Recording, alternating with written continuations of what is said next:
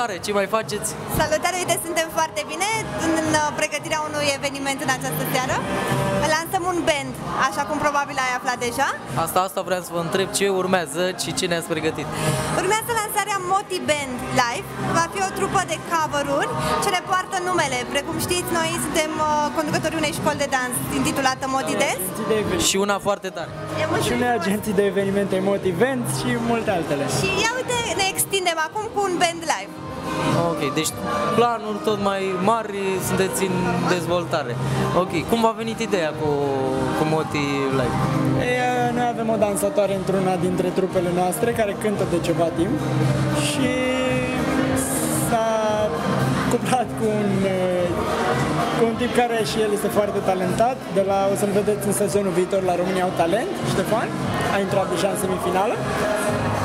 Și am strâns așa ușor în jurul lor niște oameni frumoși cu care am format bandul.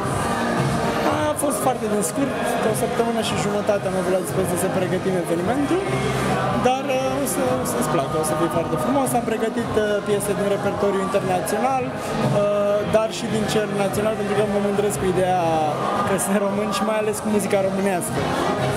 Deci a fost o treabă foarte spontană și uite că ies chiar bine. Ce planuri de viitor aveți cu trupa asta? Eu știu, vreți să o duceți mai departe, în alte locații? Ce planuri avem? În primul rând să se cunoască cât mai ok, să repete cât mai mult și după să sper eu până în vară să cântăm în deschiderea unui concert mare. Cam asta este planul. Doamne, mod în mai, iunie, nu știu. Suntem acolo. Da, ne dorim pentru ei cât mai multe spectacole și concerte de acum înainte. Asta este doar lansarea, deci de aici începem. Ei fiind o trupă specializată în cover-uri, ne dorim să-i impulsionăm să cânte în cât mai multe cafenele, cluburi și așa mai departe, da? Muzica pe placul tuturor.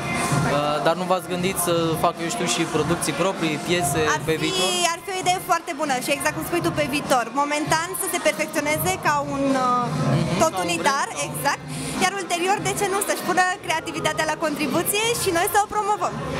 Da. Foarte tare. Un mesaj, eu știu, pentru fani și pentru cititorii. Fani, noi avem prieteni în general. Pentru prieteni. Așa, noi așteptăm la toate evenimentele noastre, la cursurile noastre de dans, la tot ceea ce facem noi. Văd pe Facebook, pe Moti Dance sau pe site-ul nostru dansator.ro găsesc toate informațiile, atât pe latura artistică pe dans, cât și pe cea live și celelalte evenimente pe care le organizăm noi în domeniul showbiz-ului. Deci fiți alături de noi pentru că Together we can make it happen. Acesta este sloganul școlii noastre de dans și agenției. Foarte tare. Ok, abia așteptăm să vedem ce ne-ați pregătit și ne revedem la următorul eveniment. Exact. Mulțumim frumos pentru prezență. Mulțumim mult pentru susținere.